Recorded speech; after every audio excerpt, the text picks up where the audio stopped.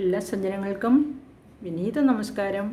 ദേവീകൃപ എല്ലാവരിലേക്കും അനുസ്യൂതം ഉണ്ടാകട്ടെ എന്ന് പ്രാർത്ഥിക്കുന്നു. എല്ലാവർക്കും ദേവിയുടെ അനുഗ്രഹം ഉണ്ടാകട്ടെ. ശുഭദിനം ആശംസിക്കുന്നു. നമുക്കിന്ന് 19ാമത്തെ ശ്ലോകം നോക്കാം. മഹാലക്ഷ്മിയെ പൂജിക്കേണ്ട ക്രമമാണ് ഇനി പറയുന്നത്. ഇനി നമുക്ക് ഈ മഹാലക്ഷ്മിയുടെ പൂജ എങ്ങനെയാണെന്ന് പറഞ്ഞു. അതിന് 19ാമത്തെ ശ്ലോകത്തിലേക്ക് വരുമ്പോൾ നമുക്ക് നോക്കാം.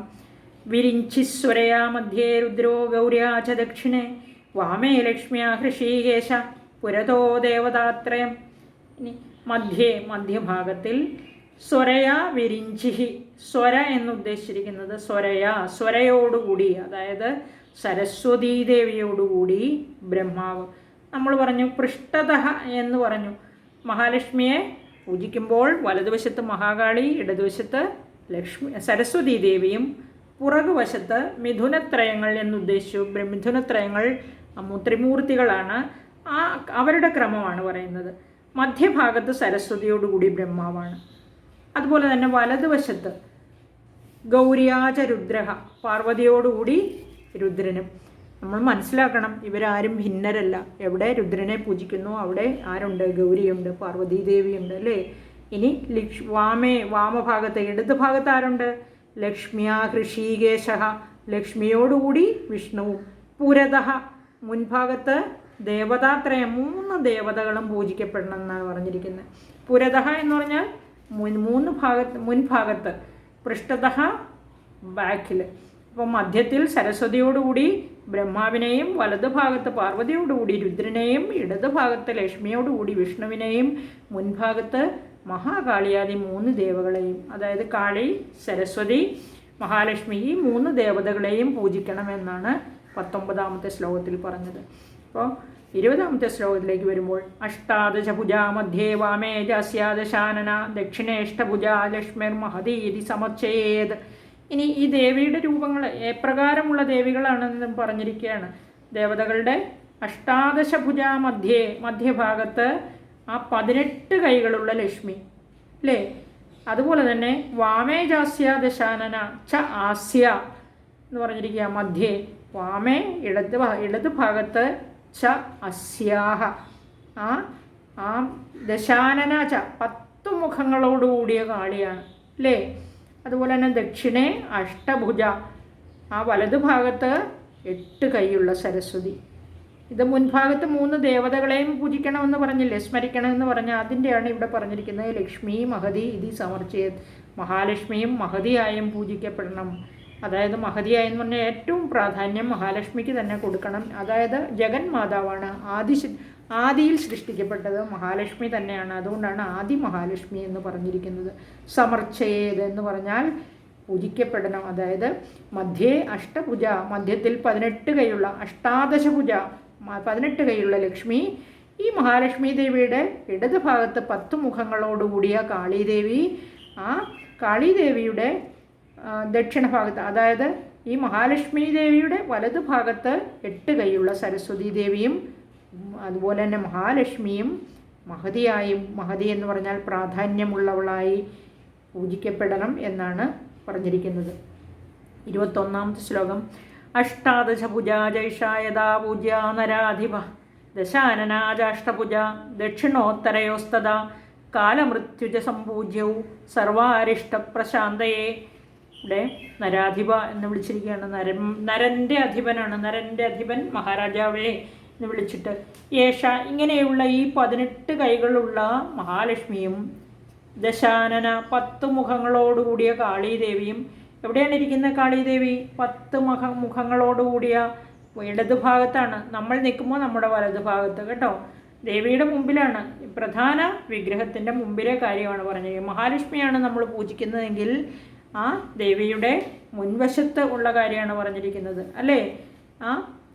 ഇവിടെ മഹാലക്ഷ്മിയെ പൂജിക്കുമ്പോൾ മഹാകാളി സരസ്വതിയെ, അതായത് വലതുവശത്ത് വാമഭാഗത്തായിട്ട് മഹാകാളിയും, ഇടതുഭാഗത്തായിട്ട് സരസ്വതിയും, അതുപോലെ തന്നെ ദേവിയുടെ പുറകുഭാഗത്ത് പൃഷ്ഠഭാഗത്തിൽ മിഥുനത്രയങ്ങൾ, അതുപോലെ തന്നെ മുൻഭാഗത്ത് 3 ദേവതകളെയും എന്നാണ് പറഞ്ഞിരിക്കുന്നത്. അതാണ് ഇവിടെ വീണ്ടും പറഞ്ഞിരിക്കുന്നത്.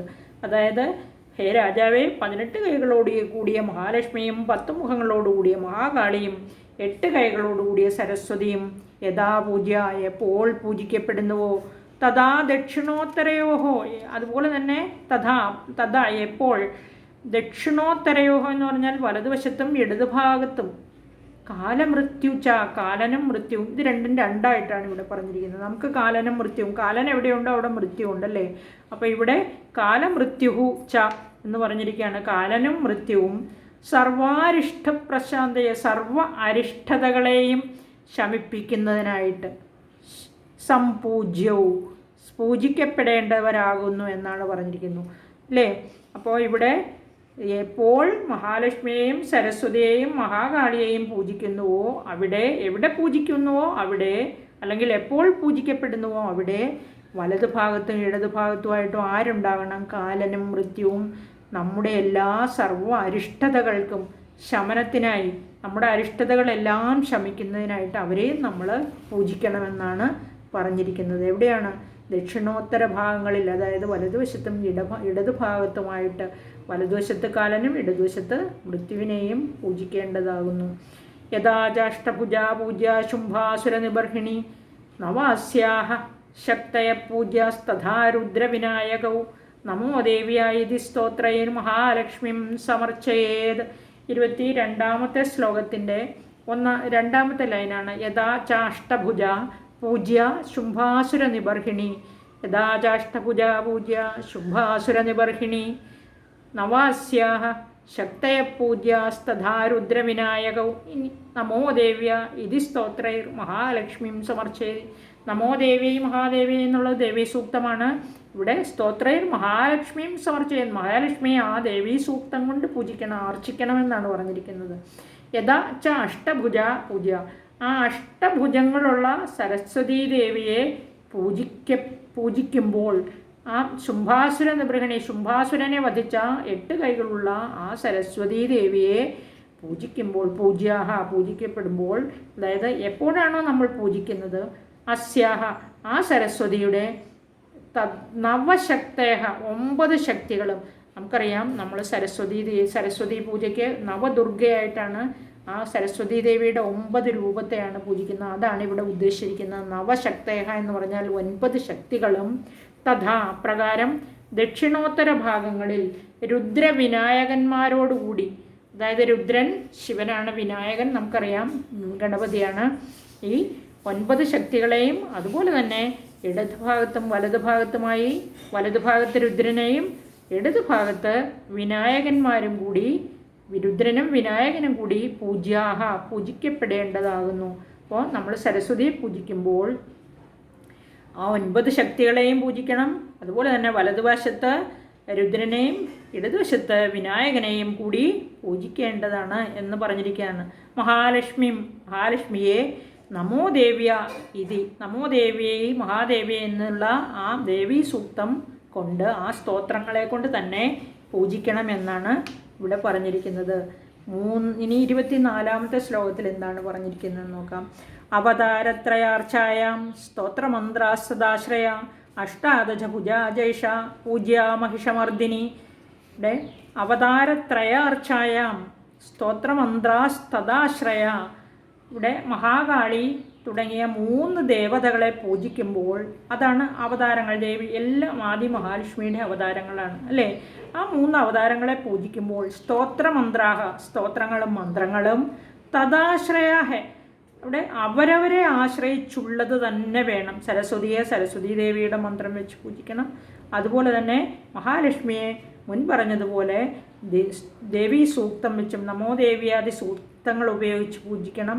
അതുപോലെ തന്നെ മഹിഷാസുരമർദിനി ആയ യേഷ അഷ്ടദശാഭുജ ആ 18 കൈകളുള്ള മഹാലക്ഷ്മി മുഖ്യമായി പൂജിക്കപ്പെടേണ്ടതാകുന്നു. അഷ്ടാദശഭുജ ജൈഷ പൂജ്യ മഹിഷമർദിനി ആ 18 കൈകളുള്ള മഹാലക്ഷ്മിയെ എപ്പോഴും പ്രധാനമായിട്ട് നമ്മൾ മുഖ്യസ്ഥാനം കൊടുത്ത് പൂജിക്കേണ്ടതാകുന്നു എന്നാണ് പറഞ്ഞിരിക്കുന്നത്.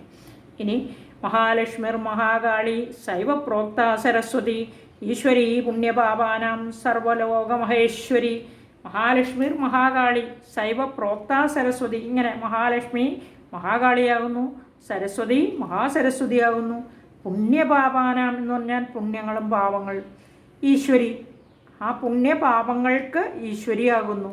സർവ്വലോക മഹേശ്വരിയാകുന്നു, എല്ലാ ലോകങ്ങൾക്കും ഈശ്വരിയായിരിക്കുന്നു. മഹാ ഈശ്വരി എന്ന് പറഞ്ഞാൽ മഹേശ്വരി, അവിടെ അതിന് മുകളിലൊന്നുമില്ല.